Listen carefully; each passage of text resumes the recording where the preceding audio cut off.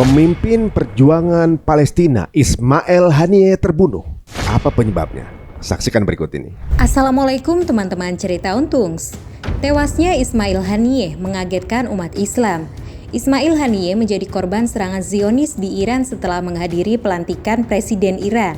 Nah, kira-kira misalnya ada, kita nggak nyebut ininya ya, ibaratnya siapa tahu salah satu dari oknumnya yang di dalam Iran gitu misalnya. Ada nggak kemungkinan itu? Kali ini cerita Untungs mengundang Ustadz Hussein Gaza dan Ustadz Fahmi Salim yang akan membahas bagaimana Israel bisa menyerang di tengah pengamanan tamu negara di Iran. Saksikan kisah lengkapnya hanya di Cerita Untungs.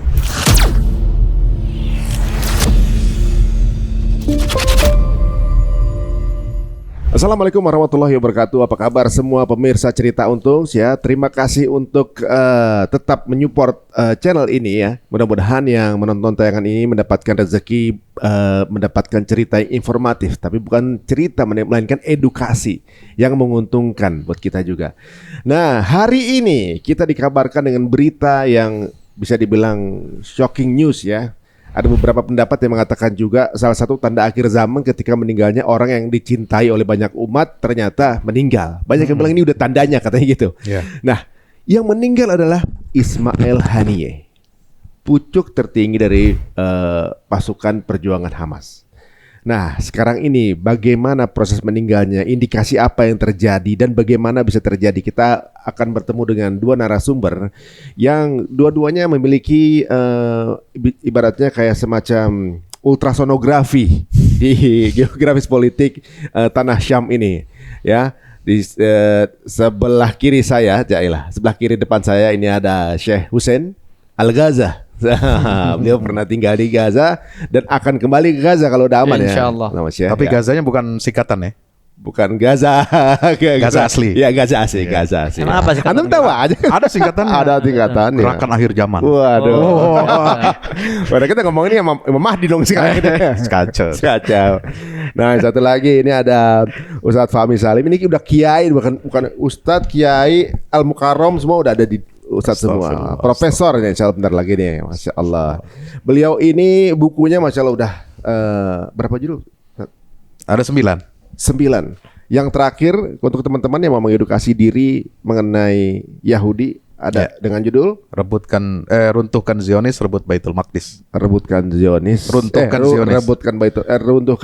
Rebut Baitul Maqdis. Yeah. Baiklah, saya rasa kedua tamu saya ini aware dengan berita wafatnya, syahidnya Ismail Haniyeh. Dan mudah-mudahan beliau diterima di sisi Allah. Husnul Khatimah. Amin. Udah kemudian kita bisa membayangkan bagaimana komplek di Jannah itu satu komplek keluarga beliau semua. Amin. Insya Allah, Masya Allah. Nah, sebelum kita lanjutkan, saya juga menarik ada satu foto bahwa Syekh Hussein pernah bertemu beliau. Beberapa foto. Kemudian ada foto beliau juga ketemu beliau. Jadi dua-duanya ini pernah ketemu sama Ismail Haniyeh nih, Masya Allah. Nah kalau antum gimana? Kesannya dulu, sebelum kita bahas mengenai pembunuhannya. Ketemu beliau kapan dan kesannya? Pertama kali saya ketemu beliau itu kalau nggak salah tanggal 6 Januari 2011. Ya, saya tiba di Gaza 5 Januari 2011. Ketemu beliau sehari setelahnya. Itu saya bersama tim relawan Indonesia yang masuk ke Gaza. Dan setelah itu ya selama 12 tahun saya sering ketemu berkali-kali beliau. Beliau ini Masya Allah ya, pertama alim, kemudian hafiz, suaranya enak banget didengar kalau lagi imamin sholat. Dan setiap pagi beliau ini lari pagi. Iya, sampai udah usia tua pun dia lari pagi. Dan orangnya benar ramah, friendly, enggak sok sulit diketemui, enggak. Karena saya beberapa kali diundang ke rumahnya juga kan, dan kita ketemu, bahkan qadarullah yang menikahkan saya itu beliau juga. Artinya bukan menikahkan sebagai penghulu ya, enggak. Saya jujur ya, saya sempat ditolak 2 kali sama dulu itu calon mertua saya itu. Sempat ditolak karena khawatir anaknya itu mau dibawa ke Indonesia kan, artinya khawatir saya nggak komitmen gitu kan. Ya itu wajar lah seorang kekhawatiran seorang ayah. Sampai akhirnya saya menghadap ke Ismail Haniyeh. Saya minta tolong. Akhirnya sebenarnya tawasul. Tapi Dia- kepada yang masih hidup. Beliau Iya. sibuk mikir urusan negara. Ini mikir si orang mau kawin. Iya. Itu masukan dari teman-teman itu saya. hebatnya pemimpin. Pemimpin itu hebatnya. Dia bukan cuma bicara besar, detil. Ya. Oh. Sampai urusan orang relawan dari Indonesia nikah aja dipikirin sama dia. bukan orang Palestinanya ada istri ya? Ada di Iya. sana. Jadi Mau ya, beliau? Ya, jadi beliau kirim aja delegasi Heeh. ke kantor bapaknya istri saya ini. Hmm. Entah apa itu meyakinkan dengan cara mengancam atau gimana ya pokoknya. Kalau dari situ fix. Keluar dari situ udah aman ya? Iya, aman. Oh dijamin berarti antum? Ya. Dijamin kurang beliau lebih nih? seperti itu. Masya Allah, Alhamdulillah. Dikasih garansi. Dikasih garansi. Tapi kan antum menjaga ini beliau kepercayaan dong. Sampai Ya, sekarang masih komit. Alhamdulillah. Alhamdulillah. Itu pertemuan pertama? Itu setelah beberapa kali ketemu. Itu yang paling dikenang ya? Iya. Gitu. Kalau antum di foto itu di mana? Bud? Ya. Di mana waktu itu fotonya? Saya pertama itu foto Oktober 2023. Jadi 1 pekan setelah 7 Oktober itu kan Jakarta 15 Oktober itu kan mulai ada demo. Ya. Saya tidak bisa ikut, saya sedang bersiap di bandara menuju Doha. Oh ketemu di Ya, Qatar? Jadi saya ketemu di Qatar. Jadi waktu itu saya menghadiri konferensi pemikiran Syekh Yusuf Qaradawi, ya, yang ke 100 tahun ya, dan meluncurkan ensiklopedi di sana di Universitas Qatar, Qatar University. Nah di sela-sela konferensi itu saya diminta oleh sahabat ya pejuang Palestina di sini untuk bertemu dengan beliau. Saya bilang saya siap, saya tapi gimana caranya?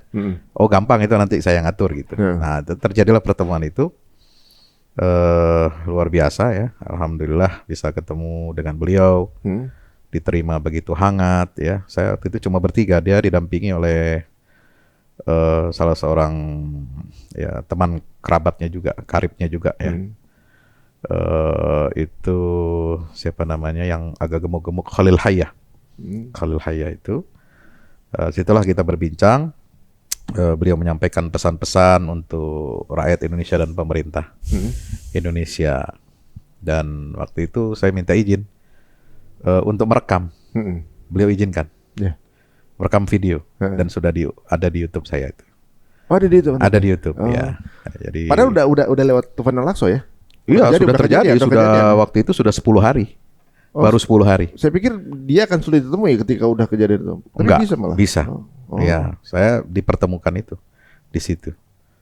Jadi orang yang sangat humble, sangat tawadu, ya, lembut, tapi tatapan matanya tajam, raut wajahnya, air mukanya itu memang betul-betul seorang leader ya, seorang pemimpin yang dicintai dan memiliki wibawa yang luar biasa. Saya kira raut wajah seperti itu hanya dimiliki oleh segelintir tokoh yang memang dia betul-betul seperti digambarkan Quran. Minal mu'minina rijalun shadaqu ma'ahadullah alaih. Jadi orang-orang lelaki-lelaki yang jujur ya, membenarkan apa yang sudah mereka janjikan kepada Allah Subhanahu wa taala. Ya, beliau ini kan sudah berjanji untuk mengemban amanah, memikul tanggung jawab besar ya, untuk membebaskan Masjidil Aqsa. Iya. Ya, jadi amanah itu dia pikul dengan sebaik-baiknya, dengan penuh rasa tanggung jawab, dan bukan hanya retorika, tidak seperti yang dituduhkan oleh sebagian kalangan, bahkan oleh orang Islam sendiri, bahwa dia hidup berfoya-foya di luar negeri, hidup di dalam hotel mewah, kemudian dengan keluarganya, padahal 60 anggota keluarganya sudah syahid selama 10 bulan ini. Termasuk 3 anaknya laki-laki, menantunya, dan cucu-cucunya. Insyaallah. Dan terakhir itu kemarin bibinya ya, perempuan yang beliau sangat hormati dan cintai gitu ya. Tega juga orang ya, maksudnya memfitnah beliau. Oh luar biasa. Ada juga yang bernarasi begitu ya, bro. Dan narasi itu diambil dari sumber-sumber Zionis.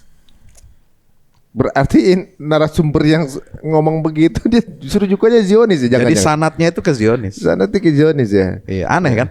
Orang Islam memfitnah tokoh Islam, sanadnya dari Zionis.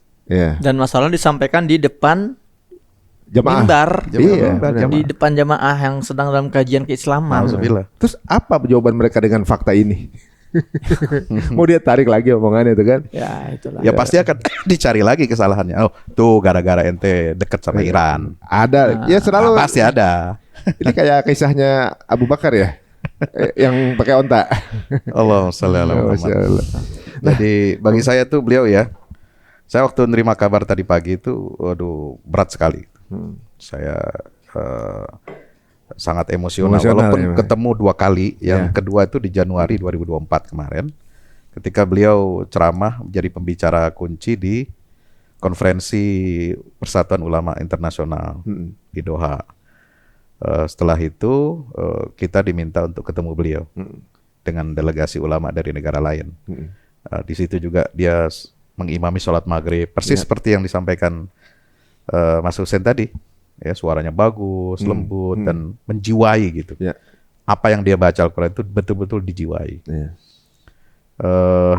Jadi kita kehilangan beliau itu, saya tuh seperti nggak pernah loh saya sesedih ini kehilangan orang yang bukan saudara saya sendiri. Iya. Iya.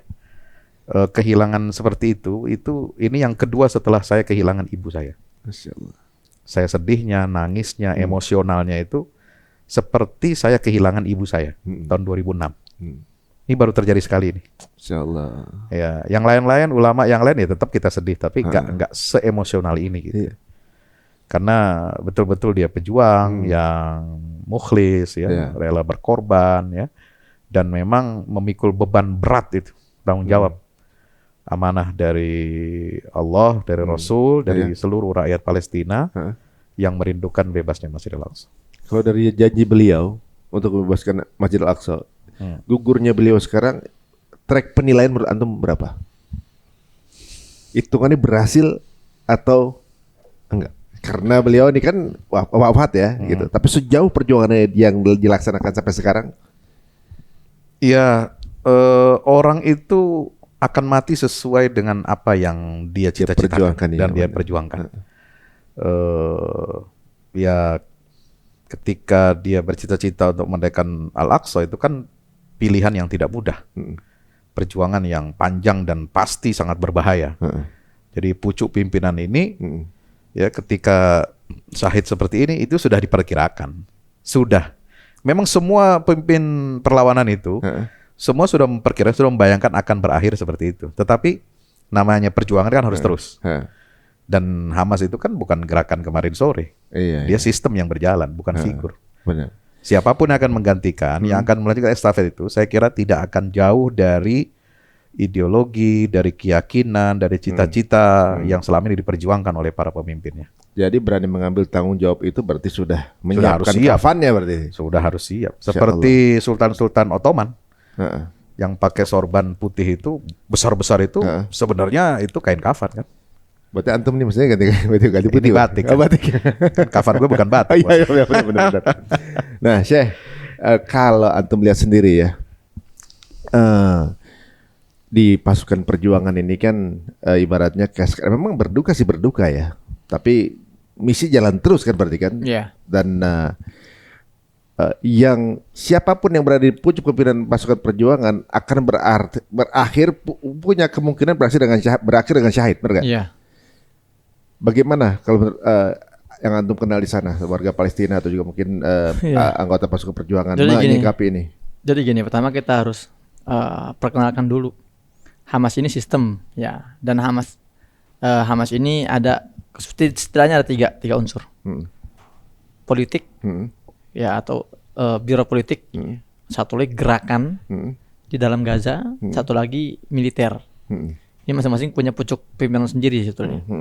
Nah, Ismail Haniyah bukan orang yang otoritatif ketika menggerakkan militer. Bukan, karena dia itu biro politik, pimpinan biro politik Hamas. Jadi dia yang memegang Hamas internasional gitu ya, kurang lebih ya. Sebagai pintu diplomasi dengan Hamas pihak-pihak luar. Itu Ismail Haniyah. Untuk pimpinan Hamas di Gaza namanya Yahya Sinwar. Dulu sebelum Yahya Sinwar tuh Ismail Haniyah. Ismail Haniyah Terus pimpinan dulu itu kan Khalid Mish'al ya. Khalid Mish'al akhirnya mundur diganti oleh Ismail Haniyah. Ismail Haniyah diganti oleh Yahya Sinwar. Yahya Sinwar tuh pimpinan Hamas di Gaza. Tapi juga bukan dia yang menggerakkan militer. Bukan dia yang menggerakkan Al-Qassam. Al-Qassam punya pucuk pimpinan sendiri namanya Muhammad Al-Daif. Inilah panglima tertinggi Al-Qassam dan dia yang punya kendali tunggal ya terkait kebijakan-kebijakan para pejuang di dalam Gaza dalam segi militer. Abu Ubaidah cuma juru bicara. Abu Ubaidah juru bicara, nah, gitu ya. Dan keren sih, keren nih cara pengaturan ini. Iya, dan Muhammad Al-Daif pun bukan nama asli ya. Itu nama ya nama kunyah lah gitu. Abu Ubaidah juga bukan nama asli. Bukan nama asli gitu. Nah, seperti yang saya sampaikan oleh Ustaz Fahmi, memang itulah bedanya istilahnya kepemimpinan di medan jihad dengan kepemimpinan di medan politik. Gitu. Kalau di kita kan berebut-rebut jadi pemimpin nih, berebut karena mereka tahu ya paling ya mereka akan dapat keuntungan materi gitu kan, dan nggak ada hampir minim sekali resiko dibunuh itu minim sekali gitu kan. Kalau di Gaza ketika dia sudah dihadapkan oleh sebuah pilihan menjadi pemimpin, itu mereka menolak. Itu harus dorong oleh orang sekitar. Dan mereka tahu nasib atau ujung perjalanan hidup mereka ya kemungkinan besar dibunuh. Pimpinan Hamas yang pertama namanya Syekh Ahmad Yassin rahmatullah alaih dihabisi oleh jet F-16. Hanya untuk satu orang. Dan itu Apache atau F-16. F-16 ya. Dan dia itu orang yang lumpuh. Kedua diganti oleh Abdul Aziz Rantisi. Nah, dalam satu wawancara Abdul Aziz pernah ditanya oleh wartawan, emang Anda nggak takut dibunuh? Gitu. Dia bilang jawaban apa? Semua orang pasti dibunuh, semua orang pasti mati gitu loh. Semua orang pasti mati. Kalau saya lebih memilih dibunuh oleh Apache. Akhirnya itulah yang dibunuh oleh Apache. Abdul Aziz Rantisi di mobil ya? Ya, dengan anaknya. Betul. Nah, anaknya juga meninggal. Iya, semua satu mobil itu. Tinggallah Ismail Haniyah juga dia tahu ancaman yang sedang membidik dia kan. Nah, maka dia itulah sebetulnya yang mengatur pola hidup para pemimpin Palestina di Gaza itu. Karena mereka tahu sewaktu-waktu mereka bisa terbunuh kapan saja. Ya, maka itu yang membuat mereka itu seperti yang dijelaskan oleh Ustaz Fahmi, memiliki karakteristik orang-orang yang lurus. Lurus dan berani, nggak takut. Nggak ada takut-takutnya mereka itu. Karena mereka tahu ya dunia ini persinggahan. Dan slogan mereka selalu satu, fa innahu la jihadun nasrun aw istishhad. Itulah jalan jihad kami. Hanya ada dua opsinya. Kita menang, lalu kita itu yang kita cari, atau kita syahid, itu yang kita impikan gitu loh. Dan alhamdulillah Ismail Haniyah syahid. Nah, jadi kalau bahas tadi pagi saya telepon oleh teman saya, wartawan Gaza, dan juga istri saya juga telepon saya, ya kita saling menguatkan. Kata-kata mereka gini, niyalu itu artinya betapa beruntungnya dia. Lulus gitu, lulus ya. Udah. Hani'an lahu. Hani'an lahu. Hani'an atau kalau kita niyalu yani nal. Dia mendapatkan nal syahadah. Kan itu yang diinginkan gitu loh. Dan sekali lagi ya, dia sudah berkali-kali menyampaikan di berbagai pidatonya. Saya selama di Gaza berkali-kali diimami oleh dia, entah itu sholat berjamaah atau pidato Idul Fitri, Idul Adha, saya selalu bareng sama dia kalau saat itu. Dan dia mengatakan gitu loh, ya kematian kami para komandan ini tidak akan sedikit pun menyurutkan perjuangan, bahkan akan semakin menggedor daya juang masyarakat para pejuang-pejuang kita, masyarakat kita gitu loh. Ya, saya terbunuh akan ada lagi pengganti saya yang akan lebih baik dibanding saya. Dia terbunuh akan ada lagi terus penggantinya, dan itu yang tidak dipelajari oleh musuh gitu lah. Musuh berpikir kita bunuh kepalanya, terputus lah gitu kan. Mereka masih pakai pola ular. Tebas lehernya, buntutnya hilang. Gitu ya kan, itu kan pemikiran gaya dunia zaman sekarang seperti itu. Pegang palanya, selesaikan tuh, buntutnya akan nurut gitu kan, langsung bisa ditaklukan gitu kan. Tapi mereka lupa bahwa menghadapi pasukan muslim itu adalah pasukan yang mencintai kematian seperti musuhnya mencintai kehidupan. Ini Masya Allah. Seperti itu. Lihat begitu, kita aja yang di negara muslim di luarnya aja kayak Kita belum punya nih mental kayak gitu gitu. Jadi kalau bicara muslim itu dari kepala sampai buntut hidup. Kagak ada matinya. Itu cuma Amir jatuhnya ya? Nyawanya bukan lagi satu, udah 100 mungkin lebih. Iya, karena Heeh. kalau kepemimpinan dulu Ya. ya non muslim ya, Ya. idealisme itu ada di otaknya si pemimpin. Ya jadi satu negara itu di bawah misi dan visi si pemimpin itu gitu loh. Jadi ketika pemimpin itu dibunuh, Iya. kucak-kacir Habis, mereka, habis. habis. Ya, ya. Sementara kita kan enggak. Anak balita pun sudah punya ideologi yang sama dengan yang paling atas. Oh, saya dengar juga itu Ismail Hania itu dulu muridnya saya Yasin nih kalau nggak salah. Ahmad Yasin ya, Ahmad rahmatullahi Yasin. alaih. Beneran? Iya betul. Iya. Wah, jadi berarti sebenarnya nih, berarti kalau dalam Islam itu satu organisasi termasuk apapun itu ya, itu bentuknya kayak saf salat ya berarti ya. Iya. Ketika imamnya kemudian Hmm. meninggal atau berhalangan, makmum belakang harus langsung Maju, ya. maju, Itu. menjaga perjalanan ini sampai ke tujuan nih gitu ya. Ya. Wah, jadi anggapan-anggapan mereka mungkin saya rasa ada juga yang kemudian melakukan ini, eksekutornya itu ada kebanggaan. Wow, bisa kebunuh segala macam. Mereka berpikir ini sebuah kemenangan gitu. Hmm. Apa sebenarnya pengaruhnya kepada pasukan perjuangan saat? Iya, terbunuhnya seorang pemimpin komandan itu dalam Islam itu bukan kekalahan, ya. Seperti dulu di zaman Rasulullah SAW, ya ada seorang yang sahabat Mujahid, dia terbunuh, dieksekusi oleh musuh. Sebelum dia dieksekusi, dia malah mengatakan fuztu wa rabbil Ka'bah. Saya ini sudah menang demi Allah yang memiliki Ka'bah. Artinya seperti juga pejuang nabi-nabi Rasul terdahulu yang dipersekusi, dibunuh, dibantai. Itu kan mereka mendapatkan kemenangan dari Allah meskipun kelihatannya kalah gitu ya. Jadi nggak ada kata kamus kalah dalam bagi para pejuang ini. Ya. Dan yang dijadikan patokan oleh para pejuang Palestina itu adalah bahwa kepemimpinan itu boleh berganti siapapun, tetapi cita-cita tertinggi itu harus tetap terus diestafetkan, diwariskan. Makanya dalam setelah perang Uhud, ya Allah kan menurunkan ayat tuh setelah ada rumor bahwa Muhammad itu sudah mati. Ya kan? Nah, ini rumor ini dibawa oleh orang munafik untuk melemahkan semangat orang-orang muslimin di Madinah. Nah, maka Allah menurunkan ayat afa immata au qutilan qalabtum ala aqabikum. Apakah jika Muhammad itu mati atau dibunuh, ya, apakah kalian akan berpaling dari jalan ini? Akan berbalik badan? Itu kan ditantang sama Allah. Nah, jadi itu menandakan apa? Islam itu tidak bergantung kepada figur. Hatta itu Nabi Muhammad SAW. Sebab Nabi itu makanya dia mengkadar sahabat-sahabatnya untuk bisa menjadi copy paste terhadap cita-citanya Rasulullah SAW. Dan terus sampai sekarang seperti itu polanya.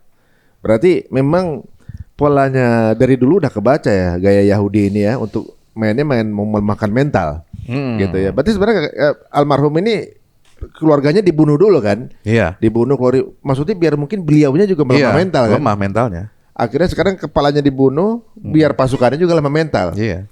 Ya konsep itu nggak ada di mereka sebenarnya. Nggak ada. Nah sekarang kita langsung masuk ke dalam meninggalnya beliau nih dari pendapat masing-masing. Kalau menurut pendapat masing-masing, antum-antum nih, ini beliau meninggal di Iran yang kita dengar, di Teheran, di Iran. Meninggalnya adalah sebagai tamu kenegaraan. Ya, tamu kenegaraan pasti perlindungannya kan lapisan dong gitu, dan mendapat penjagaan khusus pasti. Atau itu.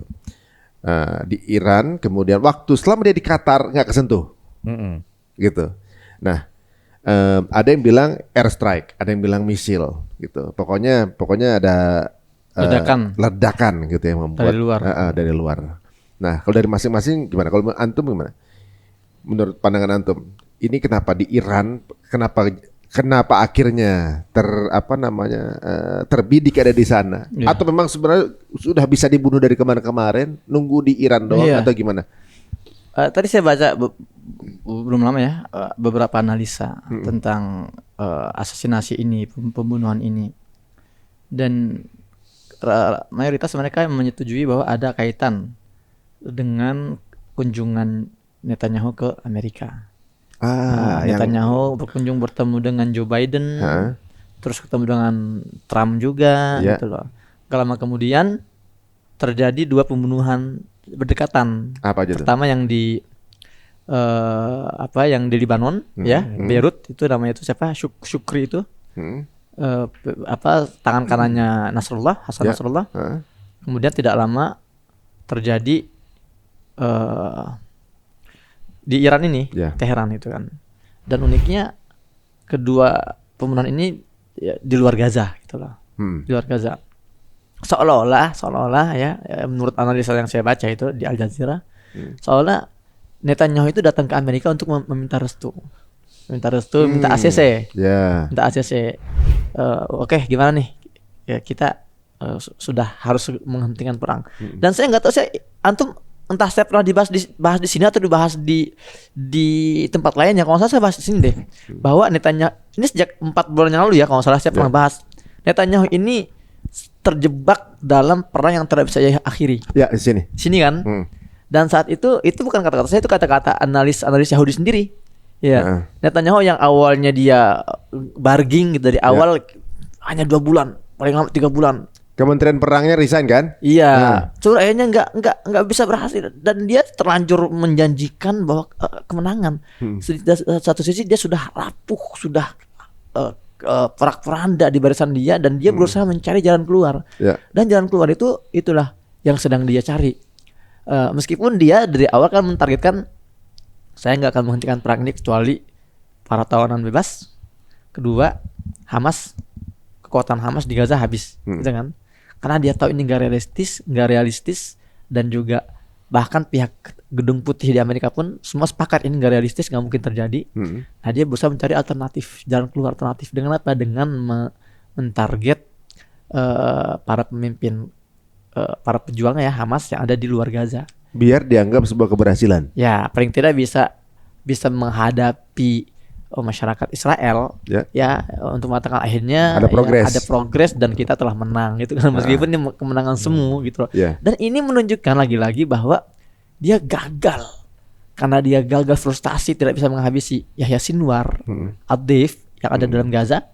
Akhirnya dia mencari ya titik-titik yang target di luar gitu kan, yang itu lebih rawan sekali dan jangan lupa ketika kita bicara pertemuan antara Netanyahu dan Joe Biden misalnya, artinya yang bergerak itu tidak hanya Mossad. Nah, Intel Amerika pun otomatis bergerak dong kalau sudah dapat ACC kan. Ya, artinya di situ sekuat-kuatnya sebuah negara gitu dengan pertahanan intelijennya. Ya, saya rasa nggak bisa sih menghindari ya penetrasi dari 2 badan intelijen besar ini, Mossad dan CIA. Yang paling jago ngintip lagi dua-duanya ya. Ya, gitu loh.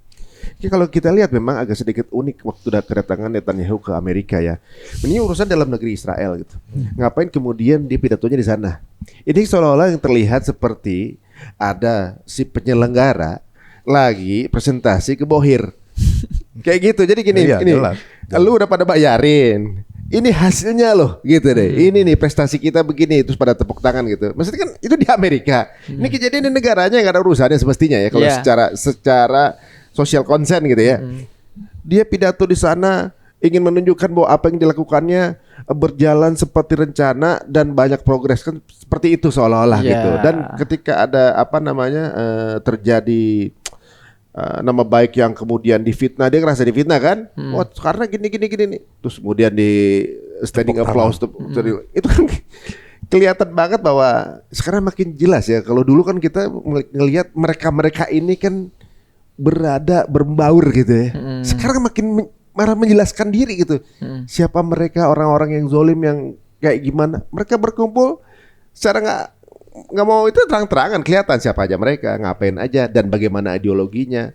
Ini Mas Ari, ini adalah satu fakta yang bisa membantah argumen narasi yang selama ini beredar bahwa ini konflik politik antara Israel dan Palestina. Itu kan selama ini kan? Ada orang-orang di Indonesia bahkan selalu mengkerucutkan. Kalian gak usah ikut campur, ini urusan mereka antara Israel dan Palestina. Nah dengan ada ini kita sekarang bisa ngomong apaan urusan politik. Itu Amerika ikut bantu. Iya, benar. Itu Prancis ikut bantu, Inggris ikut bantu.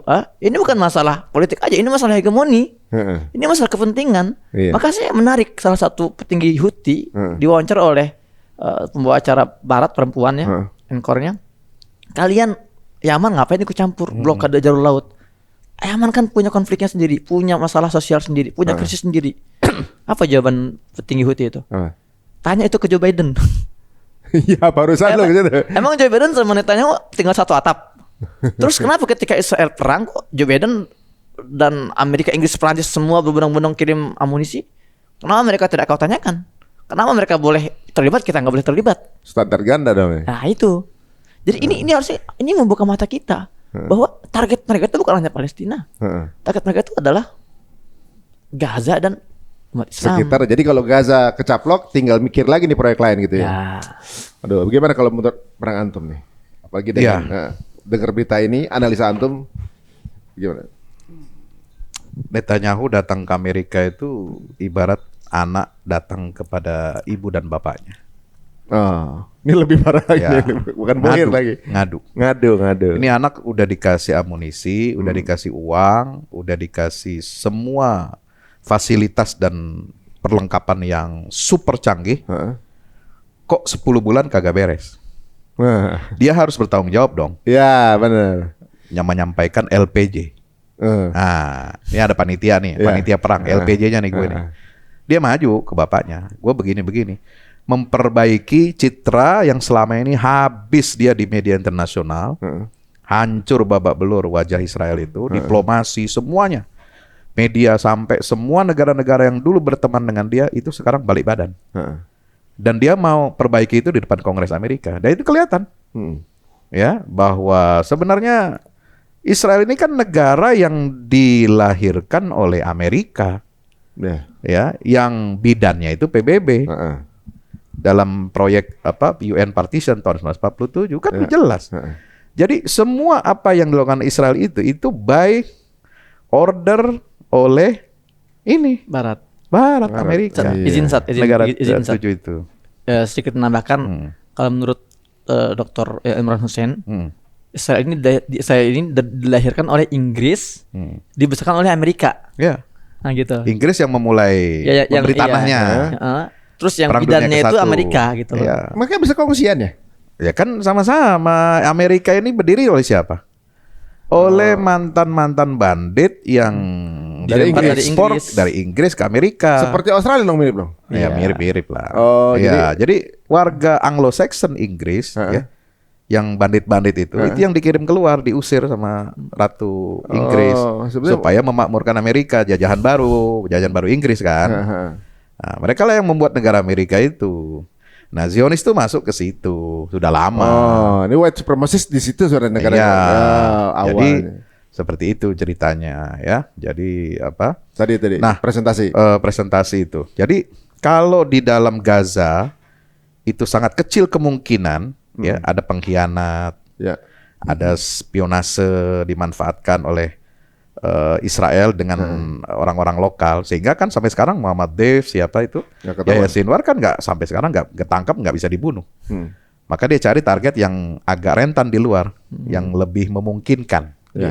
Karena kan nggak tahu di situ siapa yang bisa mengamankan dalam tanda petik mensterilkan negara-negara di luar ini dari agen-agen Mossad atau sel-sel tidurnya Mossad di luar negeri. Saya harus pakai katakan sel tidurnya. Sel tidur. Dia punya di berbagai negara sel tidur itu. Tinggal pencet tombol. Pencet tombol. Bahkan saya dapatkan bocoran tadi, ada kabar dari satu akun di X ya mengatakan bahwa Israel sudah yang pembunuhan terakhir ini di Teheran itu, dia menggunakan sel tidur yang ada di Teheran. Dan itu katanya orang India. Percaya atau tidak saya nggak tahu ya. Benar atau tidak, valid atau tidak kita nggak tahu. Ya, melalui sel tidur itulah terjadi serangan itu. Eksekutornya ya. dia. Ini kan perlu nantilah perlu ada investigasi. Tapi informasi awalnya begitu. Terindah Van berarti ini. Tapi uniknya begini. Sebenarnya kan beliau tuh kan banyak stay di Qatar ya, gitu kan. Nah, kejadian di Iran. Seperti saya juga lihat postingan antum di grup bahwa profil-profil Ahlus Sunnah tuh banyak yang tereksekusi di Iran gitu. Apakah ini kan gini, satu hal juga, beliau ini tamu kenegaraan loh. Tamu pelantikan presiden gitu kan. Nggak mungkin tanpa pengamanan. Namanya tamu kan pasti dijagain dong gitu kan. Misalnya itu ada misil, tadi kan katanya misil, kalau misil berarti di dalam. Dan itu safe house, ya, Safe rumah house lagi. aman. Safe house lagi. Nah, Iya. ada Mestinya yang tahu itu kan hanya pengawal dan kalau Iya, boleh tahu circle-nya, tuan rumahnya. yang tuan rumahnya benar. Nah, berarti ini bocor di mana? Nah, kira-kira misalnya ada, kita nggak nyebut ininya ya, ibaratnya siapa tahu salah satu dari oknumnya yang di dalam Iran gitu misalnya. Ada nggak kemungkinan itu? Ya kemungkinan bisa. Kan namanya sel tidur itu dia bisa berprofesi apa saja. Ya. Bisa tukang cuci, bisa tukang bakso, bisa tukang sampah jalan di depan atau bagaimana ketika dia diberi sinyal oleh Israel, ini loh lokasinya, udah dapat Sherlock, kira-kira Sherlock kan, dia pasti sudah mulai melakukan pengintaian di situ. Surveillance. Sudah mengirim orang-orang. Dia di yang situ. ngirim lokasi, sana yang eksekusi itu juga. Bisa jadi. Tapi kalau misalnya ini eksekusinya dari luar, seperti dikatakan misil atau airstrike, itu dari luar negara Iran, mestinya kan ada benda asing masuk ke dalam negara yang berdaulat, kan mestinya kan terdetek dan bisa dicegah. Masih ada waktu tuh ya. Ada waktu dong. Karena perjalanan itu dari negara mana misalnya dia mau masuk, masuk ke Iran itu. Dari negara mana coba? Dari Taruh Irak, Bisa lah. bayangkan. Irak Mungkin misalnya. Irak ya, atau Turki. dari Turki dekat Turki, begitu. Azerbaijan misalnya. Itu kan perbatasan semua tuh. Apakah dari sini? Bisa jadi ada sel-sel tidur juga yang dibangunkan.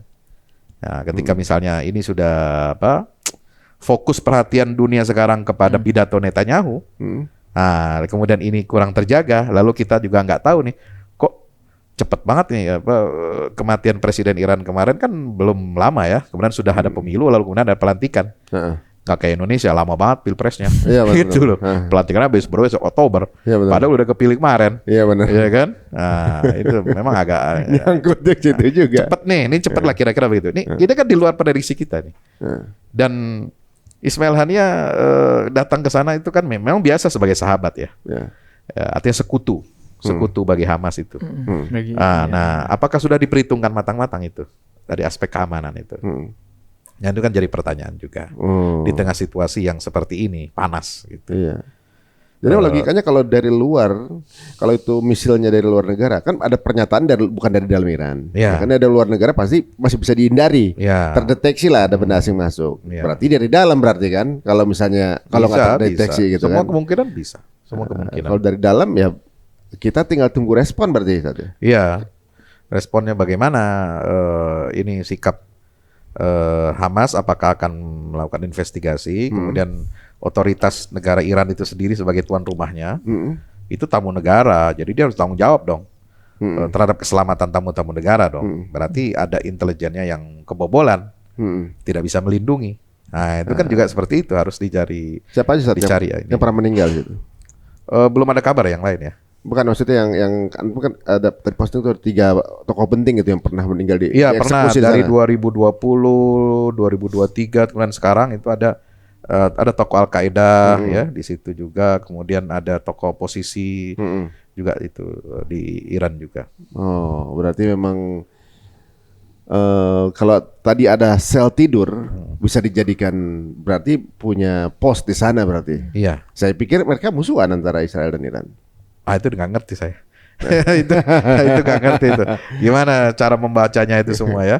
Iya. Kita perlu. Kan secara apa namanya di luarnya seperti musuhan kan kelihatannya gitu. Jadi maksud sel tidur itu maksudnya agen yang memang tidak terdeteksi kayak Jason Bourne gitu kan. Film Jason Kayak begitu, Bourne kayak gitu. gitu. Jadi ada agen-agen yang hanya diaktifasi ketika dibutuhkan gitu loh. Jadi enggak aktif. Kalau menurut Antum gimana nih? Apa namanya rekayasa pembunuhan ini menurut pendapat Antum gimana? Ya, saya setuju dengan Ustaz Fahmi. Ya, semua kemungkinan masih terbuka. Ya. Masih terbuka. Dan meskipun sampai sekarang belum ada klaim dari Israel ya. Ya. Belum Belum ada dan Israel pun memerintahkan seluruh pejabatnya untuk tidak bersuara, tidak berkomentar dulu sampai sekarang. Tapi di semua headline tulisannya Israel melakukan. Ya, ya Allah alam itulah media ya. Karena ini musuh utamanya Israel. Iya. Target utama kan Ismail Haniyeh itu kan. Yang paling logis ya pasti itu gitu. Iya. Tapi ya semua kemungkinan bisa terjadi kalau bicara Israel ya. Termasuk serangan ke Majdal beberapa hari lalu kan yang menewaskan beberapa belas anak-anak di Golan. wilayah Israel gitu kan. Ya. Itu juga Hezbollah kan belum bukan belum bertanggung jawab. Jadi ada kemungkinan itu emang bom yang direkayasa oleh Israel jatuh sendiri ke lapangan itu tempat kaum Durzi itu. Ya, dengan alasan dia pembenaran untuk menyerang Beirut, setelahnya berapa hari kemudian dan sekarang membunuh. Yang di dataran Golan itu. Iya. Itu saya dengar itu memang sebenarnya warga Syria yang dijajah sama Israel katanya situ.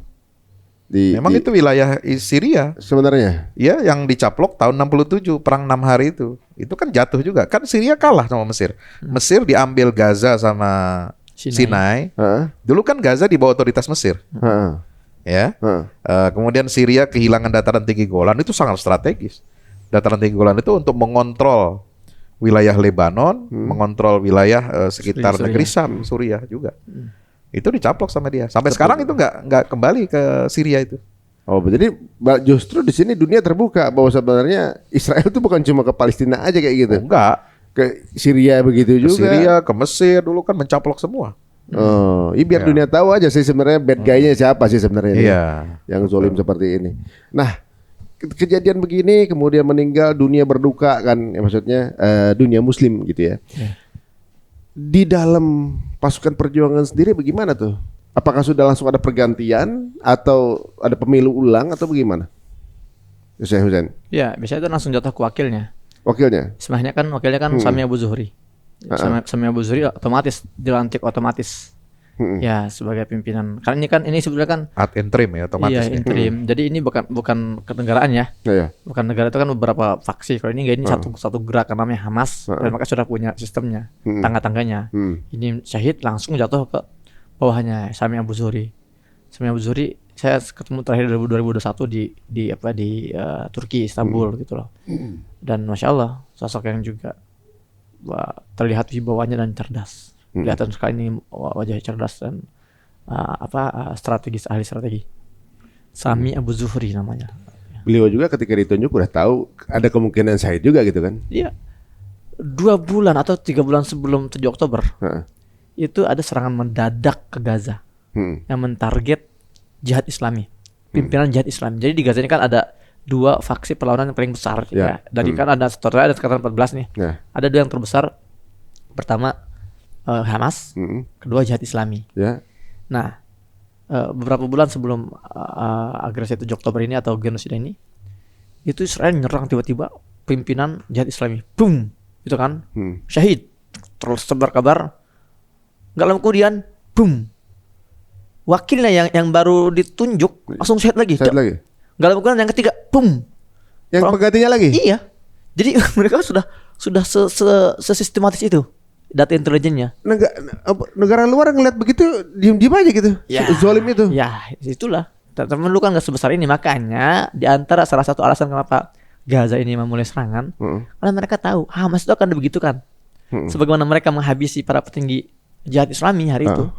Mereka juga sedang mencari nih menentukan target Hamas. Nah, tapi ternyata mereka kecolongan duluan.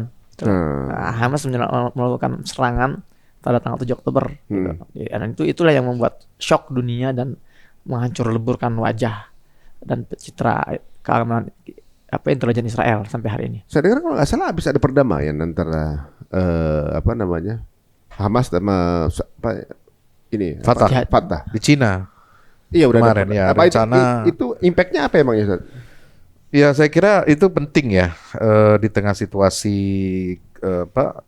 ketidakadilan global ini ya. Kubu Barat ini kan dia mengaku sebagai mediator, sebagai fasilitator perdamaian Israel dan Palestina, tetapi ternyata mereka kan tidak netral, tidak netral dan memanfaatkan situasi perpecahan nasional Palestina itu. Makanya Cina sebagai kekuatan penyeimbang baru di dunia saat ini itu mengambil inisiatif Ya, bagaimana mengakhiri perang ini dan menyiapkan sebuah periode baru nanti pasca perang di Gaza, bahwa kepemimpinan nasional Palestina ini harus bersatu, Hamas dan Fatah. Dan proposal itu sudah diterima oleh kedua belah pihak secara payungnya, besarnya gitu kan. Dan Pak JK juga sudah bertemu. Saya tadi dapat video beliau mengomentari syahidnya Ismail Haniyah ya. Berharap ada perdamaian, berharap penyelesaian masalah Palestina, dan beliau sangat terkejut ya, shock itu Pak JK itu ya, karena sudah siap untuk dimediasi juga oleh Indonesia, dan berharap sekali beliau bisa datang ke Jakarta gitu. Nah, artinya arah sekarang ini kan sudah seluruh dunia ini kan sekarang bicara tentang Palestina merdeka, ya. Padahal sebelumnya 2017 sampai 2023 kemarin itu kan mengatakan tidak ada negara Palestina, cuma ada Israel. Nah, ini muncul lagi nih negara Palestina merdeka. Nah, ini mediator perdamaian ini kan kalau diserahkan ke Amerika aja nggak bisa. Harus ada kekuatan baru dunia yang kuat, yang bisa menandingi Amerika untuk masuk ke situ untuk melakukan persiapan untuk Palestina merdeka itu, dan syaratnya ya harus bersatu. Nah, makanya ada satu topik yang juga menarik untuk dibahas. Jadi peristiwa Gaza ini adalah titik balik perubahan suhu politik dunia, mengubah sistem yang dari sekarang kita kan lagi monopolar nih, kemungkinan akan berubah jadi multipolar. Yang sekarang itu semua serba di handle oleh Amerika, dikuasai Amerika, kutubnya itu kan Amerika. Nah, melihat kelemahan Israel dan juga kerapuhan Amerika, politik Amerika, ini sekarang negara-negara mulai pede mulai pede ingin menjadi kutub masing-masing, makanya ada multipolar. Qatar juga digadang-gadang menjadi kutub lagi nih, kutub baru kekuatan dunia, karena dia di tengah-tengah kekuatan politik dunia. Cina juga mau menjadi kutub gitu kan, Rusia juga menjadi kutub. Jadi, dan gini yang perlu kita sadari juga, sebaik-baiknya Cina tetap ada kepentingan di balik itu kan. Dan memang bukan hal baru, dari dulu yang namanya isu Palestina itu selalu menjadi komoditas politik negara-negara luar. Nah, jadi jangan juga kita terlalu polos ya ketika melihat Erdogan yang bicara dukungannya untuk Palestina, atau juga Iran, atau juga Qatar gitu ya. Bagaimanapun mereka itu para politisi dan politisi itu lagi FOMO ya. Gitu. Ya, maka bagus ya, kita fokus pada kita aja bagaimana perjuangan kita, sejauh mana kewajiban kita gitu loh. Benar. Jangan terlalu kita malah fokus ke siapa. Iya, ini itu loh. Jadi kita bikin ribet otak sendiri. Iya, benar. Gitu loh. Sebetulnya bener gak sih ada permusuhan antara Iran dengan Israel? Terus kok kenapa ini bantu ini? Jadi pusing sendiri kita itu loh. Kalau kita fokus bebasin aja langsung. Iya, fokus aja kita maksimalkan potensi kita, totalitas, bergerak ke arah sana gitu kan, agar ya kita kan ntar kan kita akan hisap, bukan mereka yang tanggung jawab kita kan. Berarti Cina juga sebenarnya lagi ini dong, memanfaatkan momen, lagi nunjukin. Ada lagi poros baru nih gitu kan. Wah, ini makin ramai sebenarnya ya. Dan kalau kita lihat sekarang dengan keadaan seperti sekarang ini, menurut antum negara Arab bakal ada perubahan sikap nggak? Negara Arab ya, bukan Saudi Arabia aja, tapi negara Arab yang biasanya lebih silent, akan ada perubahan sikap atau enggak? Ya, pastinya Israel dan sekutu-sekutu Zionis Arab itu pasti senang dengan kabar ini. Senang banget. Senang banget. Ya, sekutu begini, kan ada istilah Anzimah al-Arabiyah Mutasahhinah. Jadi rezim-rezim Arab yang Zionis, yang lebih pro kepada Zionis. Mereka tidak senang kalau Hamas itu menang perang. Nah gitu. Sama dengan Israel tidak senang kalau Hamas itu menang perang. Jadi bagaimana caranya Israel itu bisa menang dalam perang ini, dan sehingga untuk mengucilkan Hamas. Itu yang terjadi, faktanya begitu untuk elit politik ya. Karena kemenangan Hamas dalam perang ini itu tidak menguntungkan buat mereka, rezim-rezim politik di Timur Tengah. Kenapa? Karena nanti akan menyedot simpati, empati, dan dukungan politik rakyat terhadap bukan hanya Hamas. Mereka akan melihat apa di balik Hamas ini? Ideologi semacam apa? Nah, itu yang ditakutkan. Ini ternyata Islam politik yang anti penjajahan, anti kezaliman. Itulah yang akan memberikan ilham atau inspirasi bagi rakyat-rakyat Arab ini, negara-negara Arab itu untuk merdeka dari kezaliman politiknya di negara masing-masing. Itu melihatnya seperti itu. Makanya Israel dengan beberapa negara memang bersekutu untuk menggagalkan Hamas ini berhasil. Dan common enemy kali ya maksudnya. Ya. Bagi mereka. Dan gini kalau bahasanya itu kalau di awal-awal 7 Oktober itu ya, ini sudah tersebar di Gaza itu sebetulnya, dan beberapa analis juga udah mengatakan, dibilang sebetulnya ada misi titipan ya. Sedangkan Israel ke Gaza juga ada titipan dari negara-negara Arab gitu, dari rezim-rezim itu gitu. Dan apalagi sekarang terbunuhnya Ismail Haniyeh ini di Iran yang juga merupakan common enemy-nya negara-negara Arab gitu kan. Udah jadi seperti menepuk dua nyamuk langsung kena gitu loh. Politik tuh emang strategi ngalang-ngalangin strategi drama ya. Kan memang secara lahiriah kan Hamas dengan Iran ini kan bersekutu. Karena dibantu oleh proksi-proksinya kan. Baik itu Houthi di Yaman maupun Hizbullah di Lebanon gitu. Nah, ketika ini tewas syahidnya beliau itu di Iran, itu kan membuat mereka tepuk tangan, seneng. Jadi kubu lu lagi duka nih sekarang. Iya, reputasi Hamas bisa jatuh, reputasi Iran juga bisa jatuh, gitu. Nih, gue bisa nyerang target kita di tanah ente sendiri, di pusat ya pergerakan perlawanan itu sendiri. Ada kesombongan tersendiri juga ya. Iya. Gue dari jauh nggak perlu capek-capek, selesai juga kalau bang gue pengen bidik lu, bisa jadi. Jadi para pemimpin negara di negara yang lain seperti kena mental gitu kan. Iya, itu warning. Itu warning juga. Artinya kami bisa menyentuh siapapun, di Beirut kena, di Iran kena, di Qatar pun bukan artinya yang di helikopter aman. juga kena kemarin kan. Ya iya kan. Ya. Dan ini nggak lama setelah aktivasi apa namanya itu, nama operasinya itu ya. Kan kalau nggak salah 2 bulan lalu itu Israel mengaktifasi Mossad mendapat lampu hijau untuk membunuh semua petinggi Hamas di luar gitu loh. Jadi intelijen Israel itu ada 2. Satu Shabak atau Shin Bet namanya. Satu Mossad. Shabak ini yang beroperasi di dalam wilayah Israel atau Palestina. Mossad yang beroperasi di luar wilayah Palestina. Kalau Shabak ini memang sudah diaktifasi sejak awal, dia sudah diaktifasi. Kalian tugasnya membunuh para petinggi-petinggi pejuang di Gaza. Nah, membunuh emang ordernya. Kalau Mossad ini sebetulnya dia aktivasinya nggak secara general ya, hanya beberapa momen tertentu. Tapi sekarang memang sudah diaktifasi semua Mossad di luar negeri itu sudah punya lampu hijau ACC dari Netanyahu untuk mentarget. Ini kira-kira markas untungnya targetnya. Nah, kayaknya antum duluan. Jangan takut-takutin ente. Kan podcastnya di sini. Iya. Waduh. Kacau Tadi juga. saya ngedengar suara tit. Token ya? Token lebih kita katakan. Tadi banyak di atas gitu. Drone ya. Laron. Jadi parno nih. Hati-hati. Waduh, jadi parno nih. Ada di semua negara lagi ya kan gitu kan. Iya, karena memang tipikal mereka ini kan menghalalkan segala cara. Iya.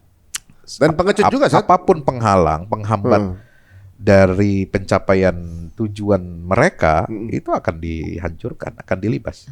Tapi memang yang menjadi musuh nomor 1 itu adalah yang memiliki pengikut militan dan bersenjata yang memang jelas, memang melawan kejahatan Zionis. Arahnya ke sana. Ya. Nah, pasca meninggalnya Ismail Haniyeh, menurut antum yang akan terjadi ke depan apa? Perkiraannya akan terjadi apa? Apakah akan melemahkah pergerakan perjuangan ini?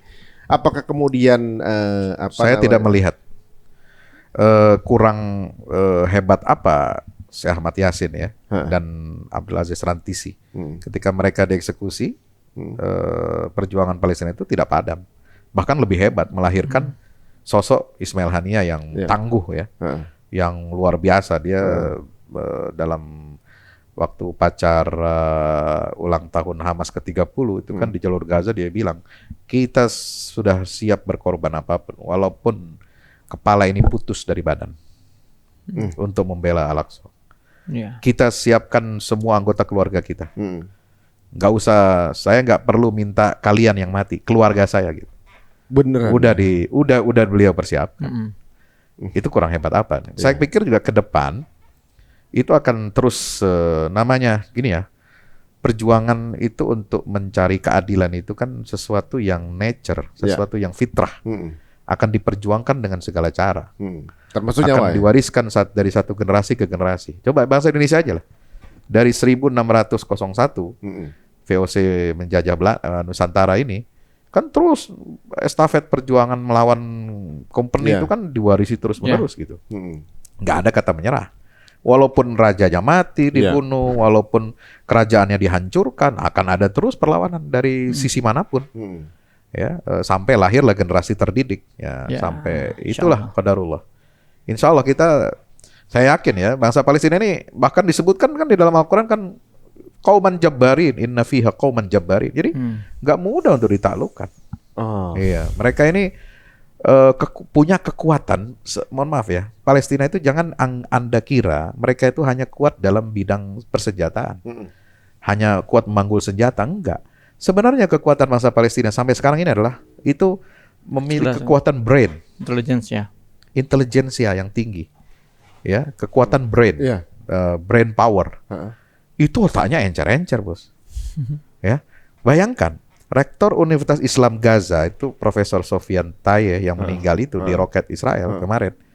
Itu adalah satu-satunya profesor di Timur Tengah yang punya kehormatan di dunia internasional, reputasinya itu dalam bidang fisika. Padahal dia dari kecil sampai jadi profesor nggak pernah belajar di Amerika, nggak pernah belajar di luar negeri. Itu produk lokal. Diakui itu dia. Iya. Produk lokalnya aja kayak gitu. Oh. Gimana yang sekolah di luar negeri? Iya. Bayangin loh. Itu Scopus sudah lewat sama dia. Heeh. Lewat. Penelitian dia, patennya itu banyak sekali di dunia internasional. Itu orang lahir di tenda pengungsian. Bayangkan. SD, SMP, SMA di tempat pengungsian. Kuliahnya di Gaza. Perang terus tiap hari. Iya. Bisa jadi profesor dan reputasi internasional. Itu. Nah, lihat lagi misalnya fakta, kita sering mendapatkan kiriman apa? Ini orang lagi perang, anak mahasiswa S3 itu sedang ujian disertasi. Ya, jarak jauh, ada yang di Malaysia, ada yang di UK, ada yang di mana. Dia di Gaza pakai komputer laptop gitu kayak Zoom di bawah tenda. Masih kucel-kucel badannya, mungkin juga bekas luka-luka dan sebagainya. Itulah kekuatan bangsa Palestina. Selain tentu spiritual ya. Spiritual kita akui, tapi dia punya kekuatan brain yang luar biasa. Kalau secara logika sebenarnya kalau kita lihat logikanya, warga Gaza itu di atasnya itu kan famine ya.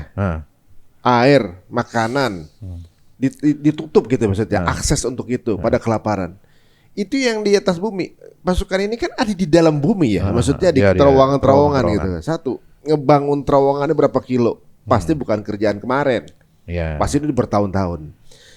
Itu pasti juga ribuan kilo, ratusan kilo. 700 bahkan katanya. Kata intelijen Zionis 700. 700. Tapi sampai sekarang nggak ketemu. Ini kan ini bukan orang yang punya otak pendek ini. Pasti ini encer. Kedua, yang di atas kelaparan, yang di bawah pasti lebih lapar dong. Cari makan dari mana gitu. Tapi mereka bisa kelola itu gitu. Ketiga, kan yang di atas aja ibaratnya untuk buang air aja susah sanitasinya. Ini di dalam bagaimana? Kalau tempatnya kecil, pasti sanitasinya tuh udah nenggelamin mereka tuh. Jadi disanitasi, makannya. Itulah kekuatan brain. Ya, itu dia. Otaknya. Sampai sekarang intelijensi terbaik di dunia katanya Mossad nggak nemu. Lah ketika serangan aja kan seperti disampaikan dulu sama beliau ini kan semua terkecoh. Radarnya, ya infrarednya, kemudian informasi intelijennya dikacauin. Itu kalau bukan orang punya otak di atas rata-rata nggak mungkin. Mereka juga punya pengacau radar, unik juga. Itu katanya tanknya itu bisa panas. Iya. Apa mengetahui ada Iya. orang di mana, dia Betul. tahu nih posisi di mana langsung. Tek tinggal dikit katanya sekarang. Iya, betul. Lah orang bisa datang ke situ dari jarak nol. COD. COD. COD. Iya. Bawa ini dia Delivery langsung di situ Paket tempel. gitu kan. Heeh. Makanya itulah kenapa akhirnya kan Netanyahu ketika bicara di depan Kongres Amerika, Heeh. apa dia tutup itu pidatonya? Segera kirimkan lagi senjata, Iya. amunisi agar kami bisa lebih cepat kerjanya. Itu kehilangan memang Iya, dia udah ngomong hilang. gitu artinya langsung tekor sudah habis, Berat. kirim lagi amunisi. Berarti ini proyek dong. Pasti lah. Saya baca di salah satu sumber bahwa tentara Israel 79.000 mengalami PTSD. PTSD ini belum yang korban ya. Ini PTSD berarti mereka udah nggak bisa dipakai lagi. Nggak bisa dipakai. Stres berat. Gitu udah apa ada yang bunuh diri, ada apa PTSD gitu. iya. Maksudnya sampai akhirnya warganya anak muda udah nggak mau lagi ditunjuk. Ini konflik itu kan.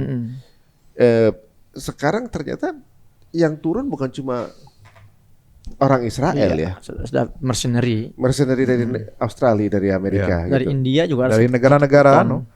dari negara-negara pendukung Israel, jadi mereka menyiapkan pasukan-pasukan swasta, Hah? ya pasukan bayaran. Mm-mm. Dan ada memang di negara-negara besar itu ada perusahaan-perusahaan penyedia jasa untuk pasukan bayaran, tentara bayaran. Mercenaries. Iya. Mercenary itu. Oh, termasuk Blackwater dong kemarin katanya. Iya, habis semua. itu. Blackwater juga. Udah kan yang ditunjuk untuk ke sana katanya ini suicide mission katanya. Merasanya begitu. Berarti kan mereka sendiri sebenarnya takut untuk ke sana tuh. Iya. Nah, kalau sekarang Zat, dengan keadaan seperti ini, mereka kan lagi bangga, lagi seneng gitu kan, lagi punya Euforia. euforia gitu kan. Tapi kalau kita yang kita diskusikan ini, kalau cuma kematian aja, itu bagi warga Gaza udah hal biasa. Biasa tinggal ganti aja gitu. Dan mereka anggap udah lulus gitu ya, maksudnya lulus dengan sempurna gitu. Sudah selesai misinya lah gitu. Selesai misinya gitu. Nah, perkiraan yang akan dilakukan Israel apa nih? Apa langsung gerusul ke dalam? Apa justru Palestina yang nyerang sekarang keadaannya? Apa strategi yang paling mungkin apa nih perkiraan? Jadi seperti tadi saya bahas, ini jalan keluar. Tadi saya barusan kontak sama teman saya Reza. Reza di Gaza itu ngobrol. Jadi saya bilang, Zah gimana suasana gitu kan? Ya ini lagi sepi sekarang. Dari pagi nggak ada serangan, itu yang Reza sampaikan ke saya. Dan saya bilang, Zah ini indikasi bahwa perang akan segera berhenti. Malah gitu. Iya, ini kan bacaan yang tadi saya katakan Israel ini lagi mencari jalan keluar. Dia mau berhenti perang, dia udah gak sanggup, dia sudah hancur-hancuran. Nah, dengan adanya pembunuhan ini ada kemungkinan dia akan segera umumkan kami telah berhasil menghabisi kepalanya. Berarti udah gitu. Udah. Oh, bisa jadi. Padahal targetnya kan yang di dalam. Heeh. Targetnya kan menghancurkan Hamas di Gaza, Yahya Sinwar dan Muhammad Dev dibunuh. Ini kan enggak. Tiga Tercapai. target ini enggak ada. Nah, cuma kan Netanyahu pengen apa? Dia Kelihatan. butuh pembuktian dong. Iya. Perlu dapat sertifikat. Alternatif lah. Sertifikat minimalnya gue dapat yang di luar nih. Nah, dapat ya. Buat alasan untuk selesai. Alasan. Iya. Waduh, bisa jadi ya ini mudah-mudahan jadi hal yang menarik nih kalau yang mau terjadi nih. Iya. Ya namanya juga negara pencitraan, dia juga pengen pencitraan juga mundur secara halus ya. Ya. Tapi dulu Anto bilang katanya Gaza itu sebenarnya dulu ada Israel dalamnya. Masa? Maksudnya di Gaza itu kan sekarang kan Oh iya, jadi sejak Oslo 93 sampai wafatnya Yasser Arafat itu kan otoritas Israel itu kan ada di mana-mana, termasuk di Gaza, bukan hanya tepi barat, tapi juga di jalur Gaza. Jadi di Gaza juga dulu ada checkpoint Israel sebenarnya. Ada pemukim ilegal juga ada. Pemukiman ilegal juga ada, ya. Makanya kan terjadi apa? Intifada lempar-lempar batu atau bom mati syahid gitu kan di era-era itu ya. Nah, kan kemudian ada perlawanan luar biasa sejak tahun 2001 sampai 2005. Sehingga Israel terpaksa keluar dari jalur Gaza. Nggak sanggup mereka. Nggak sanggup Tiap mereka. hari ada aja ya korban jiwa di Tiap hari kalangan korban. Yahudi. Tiap hari. Oh, jadi orang Yahudi juga penakut juga gitu, nggak ada yang mau tinggal di situ gitu. Iya, jadi nggak merdeka itu Gaza itu sejak tahun 67 sampai 2005. Itu ada tentara-tentara yang berkeliaran Berarti terus. justru Gaza adalah wilayah yang nggak terjajah. Ya, Iya. sejak 2005 bebas mereka. Begini penjelasan sederhananya. Beda antara tepi barat dan jalur Gaza. Ya. Secara de jure Gaza ini wilayah yang terjajah. Ya. Tepi barat itu wilayah yang merdeka. Ya. Di situ ada pemerintahannya, di situ ada presidennya, ada kementeriannya, ada jure ya, artinya Ya. undang internasional. Heeh. Tapi secara de facto kebalikannya. Secara de facto tepi barat inilah yang terjajah karena mereka Terjajah. nggak punya otoritas. Ada presiden tapi nggak punya otoritas. Heeh. Dan Zionis itu kalau di tepi barat bebas masuk ke rumah-rumah warga Palestina dimanapun, ke dapurnya, ke kamarnya, gitu loh. Nggak ada yang bisa ngelawan. Sementara di Gaza secara de facto itu merdeka. Karena kenapa? Karena Zionis nggak bisa masuk. Nggak bisa masuk. Nggak bisa masuk ke rumah-rumah warga. Makanya dia bikin tembok gitu, supaya orang Gaza nggak bisa keluar. Nah, Jadi dia nggak bisa justru. nyerang Ya, Israel. ya. Nah, dibangun tapi kan setelah 2005 keluar dia. Lebih kepada biar nggak keserang kan Biar Israel mereka yang nggak- takut ya. Mereka yang takut. Oh, oke. Gitu. Jadi itu sebenarnya perbedaan mindset aja sih ya sebenarnya. Mereka memilih untuk apa namanya? Oke, dikucilkan nggak apa-apa, tapi gue merdeka gitu kan. Nah, sekarang ini sebagai ungkapan terakhir dari antum berdua, kira-kira untuk yang sekarang ini kan pasti yang ngelihat belum mendengar pembicaraan kita ini, namanya lagi benar-benar menyupport saudara kita yang ada di Palestina, mendengar kabar ini ada juga yang sedih, banyak lah yang pasti sedih gitu ketika mendengar kabar ini gitu. Kira-kira menurut antum apa yang Pesan. pesan dan yang sikap apa yang kita mesti kita jalankan gitu? Apa optimisme apa?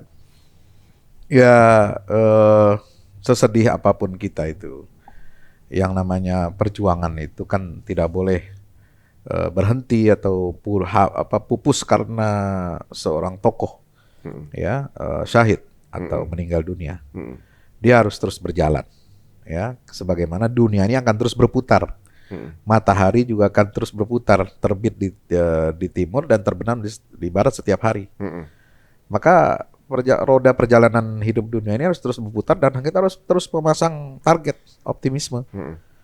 Palestina itu pasti harus dan akan merdeka dengan izin Allah Subhanahu wa taala. Nah, oleh sebab itu sekarang yang perlu kita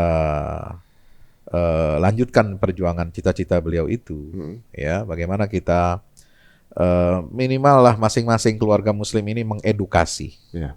Mengedukasi agar anak cucu generasi kita ini mencintai Masjidil Aqsa. Apa rumus edukasi yang paling sederhana yang bisa dilakukan oleh setiap orang tua, bahkan yang awam sekalipun? Pakai rumus 1, 2, 3.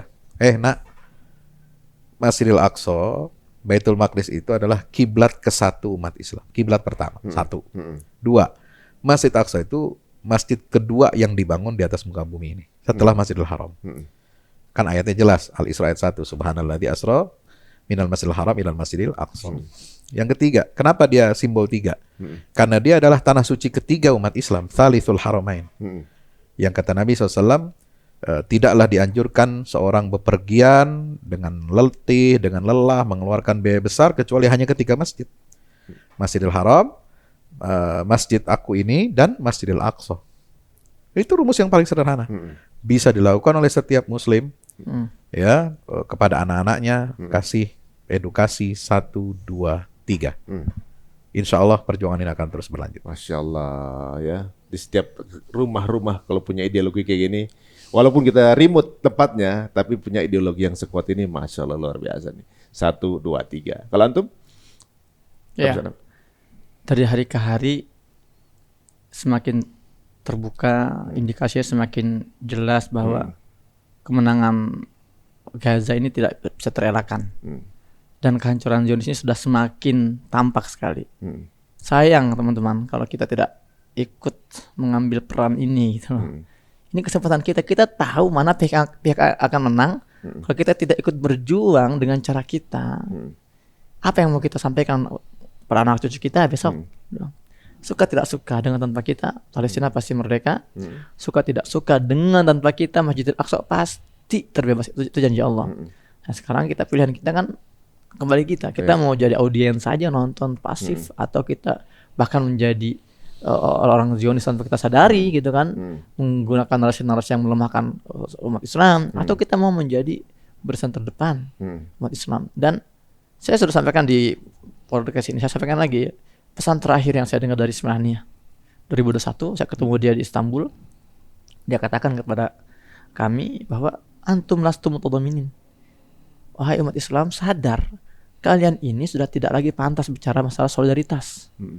Kami berkumpul di sini karena kita peduli. Itu bukan narasi kalian, itu narasi orang-orang non-muslim.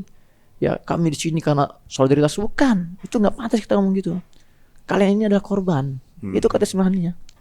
Kalian ini korban penjajahan Israel. Ketika Amerika meletakkan Israel, ketika Inggris meletakkan Israel di Palestina, itu kalian targetnya loh. Kalian korban, bukan cuma kami. Maka bersikaplah sebagai korban. Kalau kalian sudah bersikap sebagai korban, maka kalian akan punya amarah yang sama seperti amarah warga Gaza. Kalian akan punya semangat yang sama seperti semangat anak-anak Gaza. Kalian akan punya keistiqomahan dan konsistensi yang sama seperti keistiqomahan para pejuang-pejuang Gaza. Tapi satu syaratnya, kalian harus merasa korban. Nah, dengan demikian ini yang harus kita, legasi ini yang ingin kita terus sampaikan. Kalau kita sudah merasa terlibat langsung, kita sudah merasa ini juga bagian dari visi misi kita, kita akan terus nggak mudah terdistraksi. Dan jangan lupa teman-teman, ini terutama anak muda nih, buat kalian ya.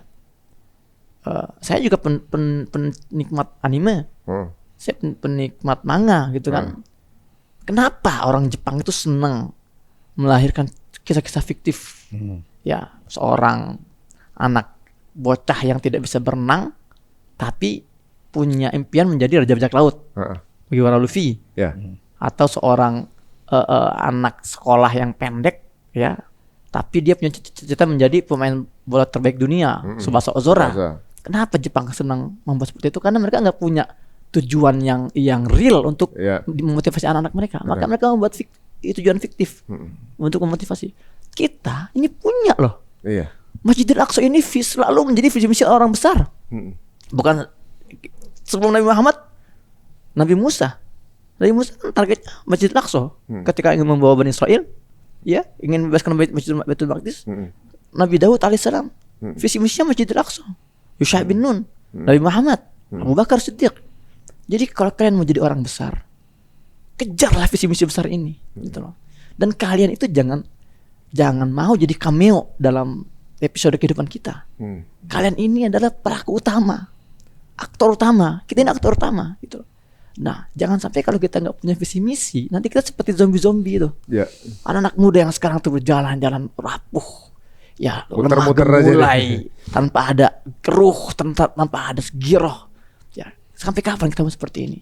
Maka mulai sekarang ini jangan jadikan Baitul Maqdis, jangan jadikan misi pembebasan Baitul Maqdis sebagai misi sekunder. Selama ini kita masih memberikan yang sisa untuk Baitul Maqdis kan. Kita mengejar dunia, mengejar finansial kita agar mapan. Tenaga kita dicurahkan untuk hal personal. Kalau sudah sisa baru bicara Baitul Maqdis. Harta kita buat makan kita dulu, buat kuota dulu, buat kredit dulu. Sudah sisanya baru buat Baitul Maqdis. Kenapa kita masih memberikan yang sisa untuk Baitul Maqdis? Sementara musuh-musuh kita, Amerika, Inggris, ketika mereka mengirim support ke Israel, mereka nggak kasih pesawat bekas. Mereka kasih pesawat terbaik. Mereka kasih amunisi terbaik. Kenapa kita masih memberikan yang sisa sementara mereka totalitas yang terbaik? Maka mulai hari ini kita perbaiki, ini momen untuk kita install ulang, memperbaharui semangat kita, visi misi kita. Ya, saya katakan di konten saya tadi pagi itu, kalau ya mereka membunuh seorang Haniyah, maka yang akan lahir ribuan Haniyah baru yang akan mengisi kekosongan itu. Dan siapkah Anda menjadi Haniyah baru itu? Nah, itu dia. 2 hari terakhir ini saya entah kenapa itu tergerak mendengarkan lagi rekaman suara Ismail Haniyah ketika bicara di depan forum ulama dunia itu. 2 hari mas. Sebelum kejadian mulai? Iya, sampai tadi subuh saya masih dengerin itu. Saya ulang rekaman ini. Saya pikir ada apa ya, kok tiba-tiba kok rindu gitu dengar suaranya gitu. Apa pesan yang paling menohok di situ adalah jangan sampai kesempatan emas ini lepas dan hilang dari kalian. Ya, jadilah bagian dari kontribusi yang nyata untuk pembebasan Masjidil Aqsa. Karena ini perang penentuan, katanya beliau itu. Jadi saya merinding ya, 2 hari kepikiran, ingat terus sama beliau gitu kan. Terus tadi pagi juga sampai habis sholat subuh itu di Milbos, saya ke Milbos. Dari kemarin iya. Podcast juga sama Dr. Ahmad Hatta ya. Sampai subuh tadi habis sholat subuh masih dengerin tuh sambil nunggu sarapan apa gitu kan. Oh begini ya, Masya Allah. Saya di tengah jalan jam 10 masih di mobil mau sampai rumah, dapat kabar itu. Kan Iya. ya Allah sedih banget itu. Iya. Jadi itulah intinya bahwa kita harus menjadi bagian itu. Masya Allah. Jangan sampai lepas Jangan kesempatan sampai. ini. Jadi kalau kita dengar ungkapan dari dua narasumber kita ini, justru itu makin baper rasanya. Karena apa? Berarti Ismail Haniah ini pasang badan buat kita, guys. Dia mewakilkan diri, oke, saya yang dipanggil, tapi pergerakannya jalan terus. Ini jadi kayak semacam akan justru menumbuhkan semangat baru, Ya. ya. Jadi makin jelas visi fokusnya apa dan siapa yang akan menghalangi, jadi tambah jelas, makin clear gitu Ya. kan. Ini mudah-mudahan akan menjadi penyemangat teman-teman semuanya, ya. Ya. Ini kembali lagi saya ungkapkan ya bahwa kalau udah lihat dari pembicaraan barusan, ya, janji Allah ini kalau udah janji pasti terungkap satu persatu. Ya. Gitu. Jadi ibaratnya Allah ini maha kuasa, maha melakukan apa saja, tapi ada satu hal yang tidak akan dilakukannya, yaitu mengingkari janjinya. Insya Allah Baitul Maqdis akan kembali ke tengah Amin. umat muslim. Amin. Takbir. Allahu Allahu Akbar. Akbar. Terima kasih Ustaz, terima kasih Syekh. Masya Allah luar biasa. Mudah-mudahan ini akan menambah semangat, bukan justru jadi Enggak. hilang mental sekarang. Iya. Insya Allah Baitul Maqdis sebentar lagi akan kita bisa Ya, datang amin. bersama-sama. Amin. Ya Rabbal. Darah para pejuang yang menetes di tanah para nabi itu hanya akan menyuburkan semangat juang di sana dan di sini, insya Allah. Masya Allah. Amin. Amin. Kalau gitu kita berangkat ke sana sama-sama. Ya Rob. Siap. Mumpung tempatnya masih tanah ribat. Iya.